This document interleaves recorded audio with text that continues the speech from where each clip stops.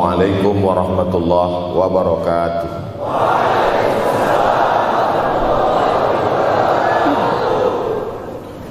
Alhamdulillahi wa kafa wassalatu wassalamu ala al-habibil mustafa wa ala alihi wa ashabihi ahli tuqa wal wafa.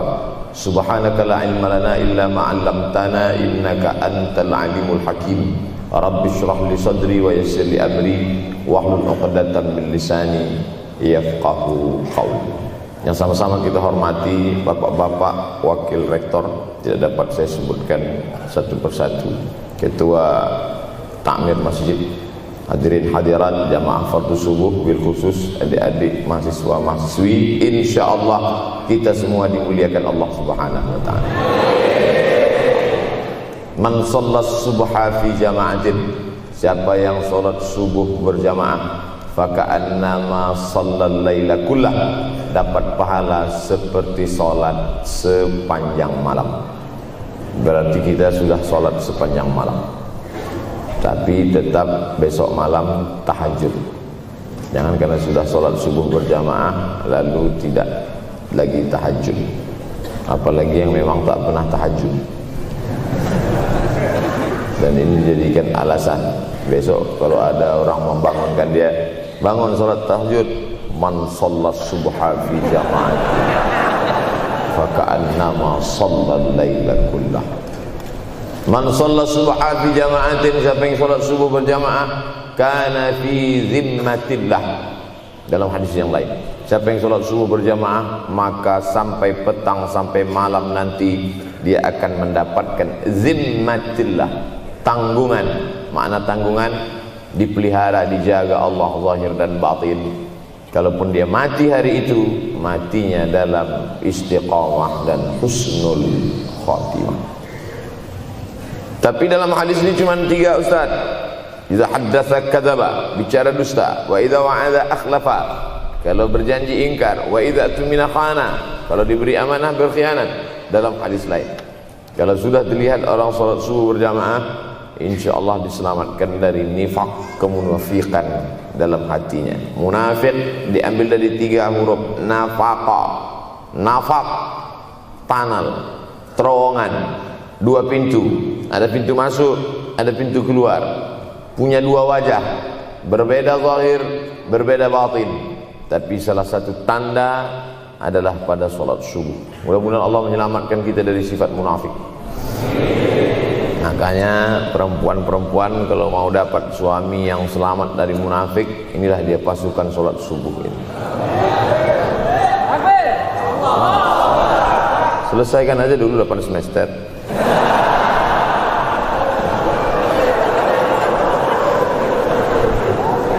Imam Abu Ja'far Al-Barzanji menulis dalam syairnya, walamma tamma min hamlihi, ketika sempurna hamil Aminah, syahrani 2 bulan, ala ashhuril aqwalil marwiyah, menurut riwayat yang masyhur, tufiya bil madinatil munawwarati abuhu Abdullah, meninggallah abuhu, bapaknya, bapak Nabi Muhammad SAW, Abdullah bin Abdul Muttalib bin Hashim bin Abdi Manaf bin Qusay, di kota Al-Madinah Al-Munawwarah. Ketika itu usia Nabi 2 bulan dalam kandungan. Setelah itu Nabi SAW pun lahir, dibesarkan dalam peluk cium kasih sayang Aminah. Lalu kemudian pada usia lebih kurang 4 tahun dibawa lagi ziarah ke makam ayahnya. Dan dalam perjalanan pulang dari ziarah itu meninggal pula Aminah. Apa pelajaran yang ingin diambil dari kematian ayah dan ibu Nabi ini? Banyak analisa sesuai dengan ilmu orang masing-masing.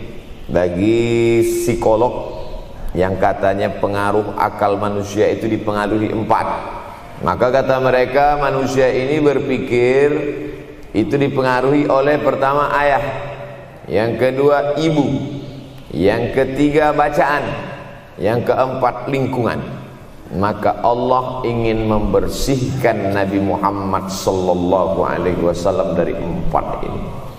Apakah akal Nabi Muhammad itu dipengaruhi oleh ayahnya? Tidak, karena dia tidak sempat bertemu.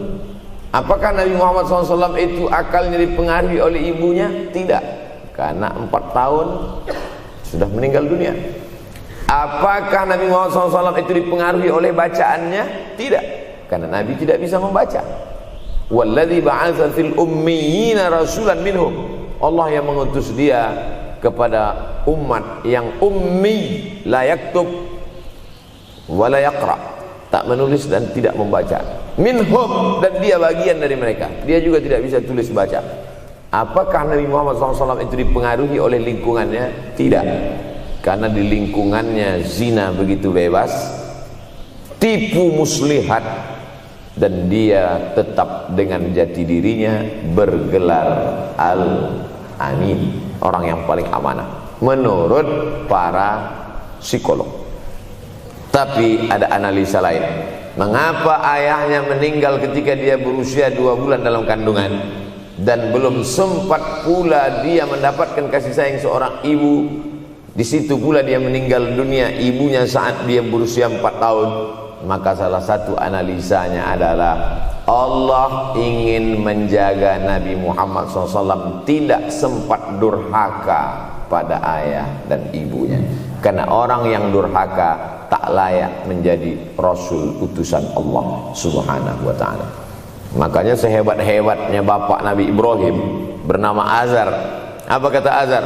Wa idh qala Ibrahimu li abihi Azara. Ingatlah ketika Ibrahim berkata kepada bapaknya Azar, atattakhidhu asnaman alihah. Mengapa engkau menjadikan berhala ini sebagai Tuhan, wahai bapakku Azar? Apa jawab Azar? La illam tantahi, kalau kau tidak berhenti menceramahi saya, la arjumannaka, aku lempar engkau pakai batu. Wahjurni maliya, tinggalkan aku untuk waktu yang sangat lama. Pergi sana, kata Azar. Apa jawab Nabi Ibrahim alaihissalam? Salamun alaika, selamat untukmu wahai ayahku Azar. Aku akan memohonkan astaghfirulaka rabbi, memohonkan ampun kepada Allah dosa-dosamu supaya diampunkan Allah. Innahu kana bi hafiyya, sesungguhnya Allah amat sangat sayang dan mengabulkan doa-doa. Nabi Ibrahim sempat bertemu dan tidak melawan. Tapi Nabi Muhammad SAW beda dengan Nabi Ibrahim. Allah buat Ibrahim tidak melawan, tapi ayahnya menjadi durhaka kepada anak. Sedangkan Nabi Muhammad SAW dua-dua dan dijaga Allah Subhanahu wa ta'ala. Nabi Muhammad dijaga sehingga tidak sempat durhaka kepada Abdullah dan Aminah, dan Allah pula menjaga Abdullah, menjaga Aminah, sehingga tidak sempat menyakiti manusia yang paling mulia, Nabi besar Muhammad sallallahu alaihi wasallam. Saya tidak memilah-milih nabi-nabi, karena kita memang tidak boleh la nufarriqu baina ahadim mir rusulih. Kita tidak boleh membeda-bedakan antara satu nabi dengan nabi yang lain. Lalu yang membedakan itu siapa? Allah Subhanahu wa ta'ala. Dari cara panggilnya saja berbeda. Kalau Nabi Adam dipanggil Allah, ya Adam uskun anta wa zawjukal jannah. Nabi Yahya dipanggil Allah, ya Yahya khudhil kitaba biquwwah. Nabi Isa dipanggil Allah, ya Isa inni istafaituka 'alan nas. Tapi Nabi Muhammad SAW, Allah tidak pernah manggil dia ya Muhammad. Allah panggil dia dengan 2 sebutan. Pertama, ya ayyuhar rasulu balligh, wahai rasul. Dalam panggilannya yang lain, ya ayyuhan nabiyyu jahidil kuffar. Bukan kita yang membedakan, Allah yang membedakan cara panggilan untuk Muhammad sallallahu alaihi wasallam. Begitu juga dengan berdoa. Kalau Nabi Musa alaihissalam, dia yang berdoa, Rabbis shrahli sadri, lapangkan dadaku, wa yassirli amri, mudahkan urusanku. Tapi Nabi Muhammad tidak berdoa, Allah langsung memberi. Apa kata Allah? Alam nashrah laka sadrak. Apakah belum kulapangkan dadamu? Wa rafa'na laka dzikrak, kami angkat beban. Allazi anqadha dhahrak, yang membebani pundakmu.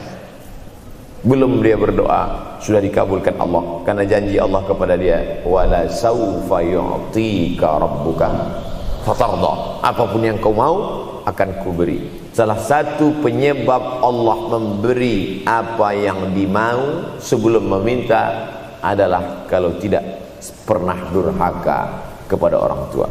Oleh sebab itu judul yang diberikan kepada saya, Ustaz Abdul Somad, nanti tablik akbar di kampus Universitas Ahmad Dahlan. Apa temanya? Biasanya saya diberikan tema untuk anak-anak muda meraih masa depan bebas narkoba dan pacaran. Apa temanya untuk anak-anak muda? Bagaimana pokoknya. Tapi di Universitas Ahmad Dahlan saya diberi tema. Apa temanya? Birrul walidain. Masya Allah. Saya bilang alhamdulillah, untung saya nggak dikasih tema birruz zaujatain. Artinya apa? Sehebat apapun prestasi akademikmu, kalau sampai tidak memuliakan orang tua, hampa di hadapan Allah Subhanahu wa taala. Ada seorang laki-laki, kata Nabi, kalau nanti dia datang kemari minta doa sama dia karena doanya makbul. Sahabat heran, karena sahabat itu definisinya man laqiyan Nabi sallallahu alaihi wasallam wa amana bihi wa mata 'alal Islam. 3 definisi sahabat: orang yang berjumpa dengan Nabi, beriman dengan Nabi, dan matinya dalam keadaan Islam. Maka itu disebut dengan sahabat menurut ilmu hadis. Makanya ketika saya menjelaskan itu ke mahasiswa, Aisyah yang merupakan sahabat Nabi, komplain mahasiswa, mohon maaf Ustaz keliru, Aisyah itu bukan sahabat tapi istrinya. Kita bicara ilmu hadis. Makna sahabat, man laqiyan Nabi, berjumpa dengan Nabi, wa amana bihi, beriman dengan Nabi, wa mata 'alal Islam, mati dalam keadaan Islam. Abu Lahab ketemu dengan Nabi tapi tidak beriman dengan Nabi dan mati dalam keadaan kafir, maka tidak masuk golongan sahabat. Tapi ini ada seorang laki-laki hidup sezaman dengan Nabi dan Nabi mengenal dia, dan Nabi berpesan nanti kalau dia datang ke kota Madinah minta doa dari mulutnya karena doanya dikabulkan Allah Subhanahu wa taala. Sahabat heran, kami yang hidup bersama engkau, kami yang berperang bersama engkau, kami yang sholat di Masjid Nabawi bersama engkau, kenapa doa dia lebih makbul daripada kami? Malah kami meminta doa dari mulut dia. Tapi tidak boleh membantah dan melawan Nabi. Pokoknya nanti kalau dia datang kemari minta doa kepada dia. Setelah Nabi Muhammad SAW meninggal dunia, laki-laki itu pun sampai ke kota Madinah, berjumpa dengan sahabat. Sesuai dengan yang dijanjikan Nabi, mereka pun meminta doa kepada dia. Namanya Uwais Al-Qarni. Makanya Uwais Al-Qarni tidak ada masuk dalam buku biografi sahabat. Kalau mau mencari biografi sahabat Nabi, buka kitab namanya Al-Isabah fi Tamyizis Sahabah, atau baca juga Usudul Ghabah fi Ma'rifatis Sahabah, atau baca juga Al-Isti'ab fi Ma'rifatil Ashab. Itu memang buku biografi isinya sahabat Nabi semua. Sahabat Nabi klasifikasi. Yang pertama, Al-Ashra Al-Mubasysyaruna bil Jannah, 10 sahabat yang dijamin masuk surga. Level kedua, sahabat Nabi yang ikut perang Badar. Berikutnya, sahabat Nabi yang masuk Islam sebelum hijrah. Berikutnya, barulah ujung sahabat Nabi masuk Islamnya setelah hijrah, setelah Islam kuat, barulah dia masuk Islam. Tapi nama Uwais Al-Qarni tidak ada di dalam, karena dia tidak cukup syarat untuk menjadi sahabat, karena dia tidak pernah berjumpa langsung dengan Nabi Muhammad sallallahu alaihi wasallam. Tapi kenapa doanya makbul? Ternyata dia tidak berjumpa dengan Nabi bukan karena dengki, bukan karena musuh, bukan karena tidak beriman. Dia tidak jumpa dengan Nabi, salah satu sebabnya adalah karena dia menjaga ibunya di Yaman. Makkah di tengah, Yaman di bawah, Syam di atas, negeri Syam. Tak ada hubungan dengan negeri paman Syam. Syam di atas, Yaman di bawah, Makkah di tengah.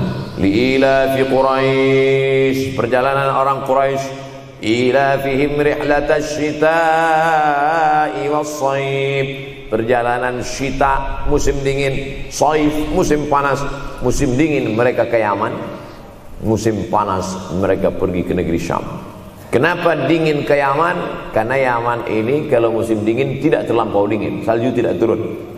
Kalau pergi ke negeri Syam, salju turun.